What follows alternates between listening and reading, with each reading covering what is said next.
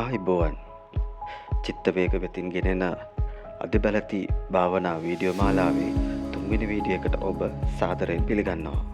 ඇත්තටම මේ මනුෂ්‍ය ශරීරය කියන්නේ ඊටම බලවත් යන්ත්‍රයක් වැනි දෙයක්. මෙයට කළ නොහැක්කක් නැති තරම්.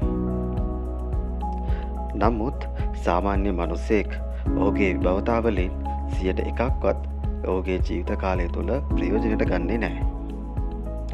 හිතලා බලන්න ස්මාර්ට් ෆෝන් එකකින් කෝල් ගන්න විතරක් පාවිච්චි කරන කෙනෙක් ගැන.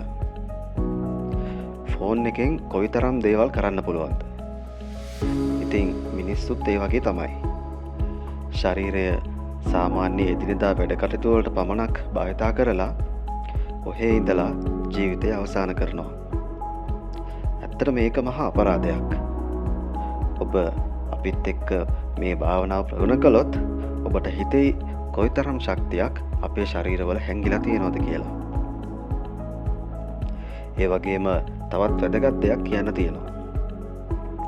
සාමාන්‍ය රැකියාවක් කරගෙන සාමාන්‍ය ලෞකික ජීවිතයක් ගත කරන අයට මේ භාවනාව දියුණු කරගන්න පුළුවන්ද? ඇත්තටම පුළුවන්. නමුත් සමාජයෙන් වෙන් වෙලා භාවනා ගුරුකුලයක් යටතේ පූර්ණ කාලීනව ප්‍රගුණ කරනවා තරම් සාර්ථක වෙන්න බැරි බව පිළිගත යුතුයි. හරි. භාවනාවට ප්‍රවිෂ්ටයක් විදිහට මූලික සිතුවිලි හිස්කිරීමේ අභ්‍යාසය දින 10ක්වත් පුරුදු පුහුණු වන ඔබ දැන් ඊළඟ පියවරට යාමට සූදානම්. අප ඊළඟට කළ යුත්තේ භාවනා නිමිත්තක් එහෙම නැත්නම් භාවනා අරමුණක් තෝරා ගැනීම. ඒ කියන්නේ අප සිත එකඟ කර ගැනීම සඳහා යමක් තෝරා ගැනීම. මේ සඳහා විවිධ අරමුණු රාශියක් තියෙනවා. අංක 1 බාහිර අරමුණු. ශරීරයෙන් බාහිරව ඇති පංචේන්ද්‍රයන් වලට ගෝචර වන යමක් මේ සඳහා තෝරා ගන්න පුළුවන්. භෞතික වස්තුවක්, හඬක් වුණත් වෙන්න පුළුවන්. හඬක් වගේ දෙයක් නම් එය නිතර එක් රටාවකට ඇසිය යුතුයි. උදාහරණයක් විදිහට ඔරලෝසුවක තත්පර කටුවේ හඬ වගේ තෝරගන්න පුළුවන්. ඒ වගේම අධිමානසික හැකියාව ආදිය ඉක්මනින් ලබාගත හැකි කසින භාවනාවලදී තෝරගන්නේ මේ වගේ බාහිර අරමුණක්. ඒ පිළිබඳ වැඩිපුර තොරතුරු ඉදිරි වීඩියෝ වලදී කතා කිරීමට බලාපොරොත්තු වෙනවා. අංක 2 අභ්‍යන්තර අරමුණු. තමන්ගේ කය තුලින්ම ලබාගත හැකි සංවේදනයක් වෙත හිත එක්තැන් කිරීම මේදී සිද්ධ වෙනවා. හුස්ම වැටීම, හෘද ස්පන්දනය, කයේ කොටස් ගැන මෙනෙහි කිරීම මේවට උදාහරණ. අභ්‍යන්තර අරමුණු මත හිත එක්තැන් කිරීමේ වාසි කිහිපයක් තියෙනවා. සිරුරේ ක්‍රියාකාරීත්වය තමන්ගේ පාලනය යටතට ඉක්මනින් ගැනීමට මේන් හැකියාව ලැබෙනවා.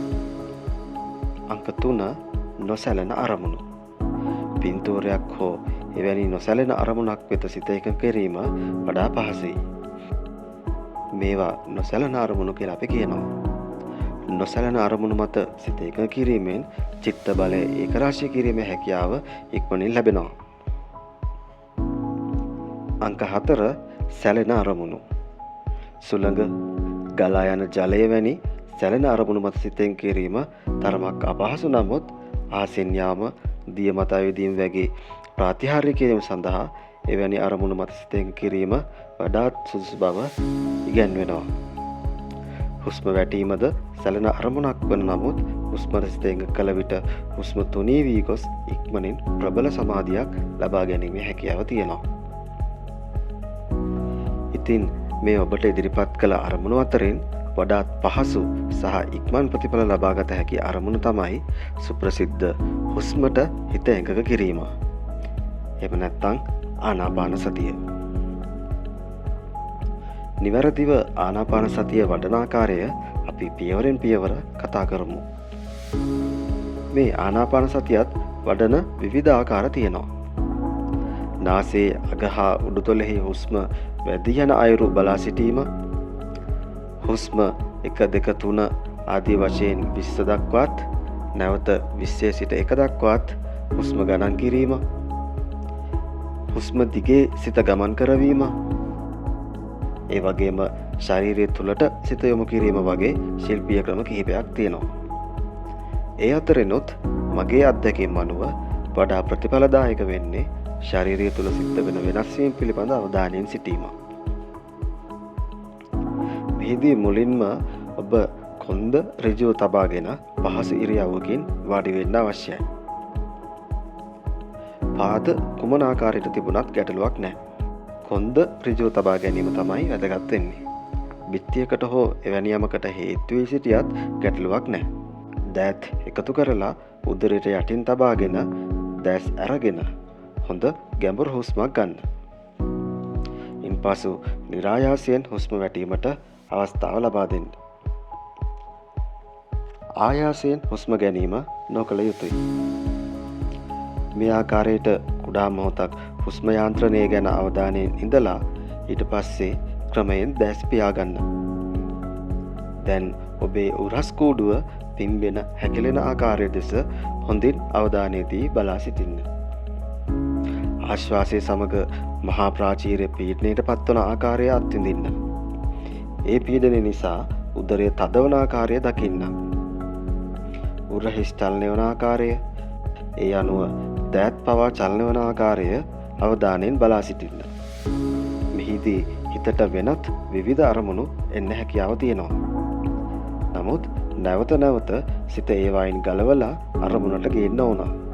ඔබට තියෙන්නේ එහෙම හිත පිට යන වාරයක් පාසා නැවත නැවත අරමුණ මත සිත ඇලවීම. මුලදී අපහසු වෙන්නට පුළුවන් වුණත් උත්සාහවන්ත විය යුතුයි. දිගින් දිගටම භාවනාවේ යෙදිය යුතුයි.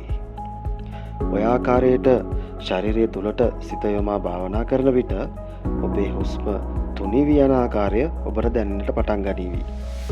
ඒ කියන්නේ ලබා ගන්න හුස්ම ප්‍රමාණය ටිකෙන් ටික අඩු වෙනවා. ඒත් එක්කම හුස්මේ පීඩනය ඉතාමත් තදින් දැනෙන අවස්ථාවක් උදා වෙනවා. ඒ පීඩනය ඇඟිලි තුඩු වලට පවා දැනෙන්නට පටන් ගන්න අවස්ථාවක් උදා වෙනවා. හිස් කබලට, මුහුණේ මාංශ පේශි වලට පවා ඒ පීඩනය දැනෙන අවස්ථාවක් එනවා. ඇත්තටම මේක ප්‍රාථමික මට්ටමේ සමාධියක්. ක්‍රමක්‍රමයෙන් සිත අරමුණෙහිම බැඳී ඇති බවත් ඔබට දැනේවි. මුලදී වේගයෙන් අරමුණෙන් පිට පැන්න සිත දැන් ඊතරම් අරමුණෙන් පිට නොයන බව ඔබට දැනේවි. මෙහිදී හුස්ම නොවැටෙන තත්වයට වුණත් පත් වෙන්න පුළුවන්. ඔබ කිසිසේත් බිය නොවිය යුතුයි. එය භාවනාවේ දියුණුව පෙන්වන නිමිත්තක්. ඒ අවස්ථාවේදී හුස්ම සෙවීම නොකළ යුතුයි. එවිට සමාධිය බිඳී නැවත ගැඹුරු හුස්ම වැටෙන්න පටන් ගන්නවා. මේ තත්වයට ඔබට ඉතා පහසුවෙන් ළඟා වීමේ හැකියාව තියෙනවා. මේ ආකාරයට දිගින් දිගටම භාවනාව කරගෙන යන විට නොයෙකුත් අමුතු ආකාර හැඟීම් හා දැනීම් පහළ වීම සාමාන්‍ය දෙයක්. ඒවා උද්ග්‍රහ නිමිති කියලා හඳුන්වනවා. තමන්ගේ සිරුර සැහැල්ලුවනු දැනීම, තමා ඉහළට ඇදී යන්නක් මෙන් හැඟී යාම, තරුකට වැනි ආලෝක පුපුරු පෙනීම. සමහර විට මේ උද්ග්‍රහ නිමිති දිගින් දිගටම පෙනීමට හෝ දැනීමට පුළුවන්.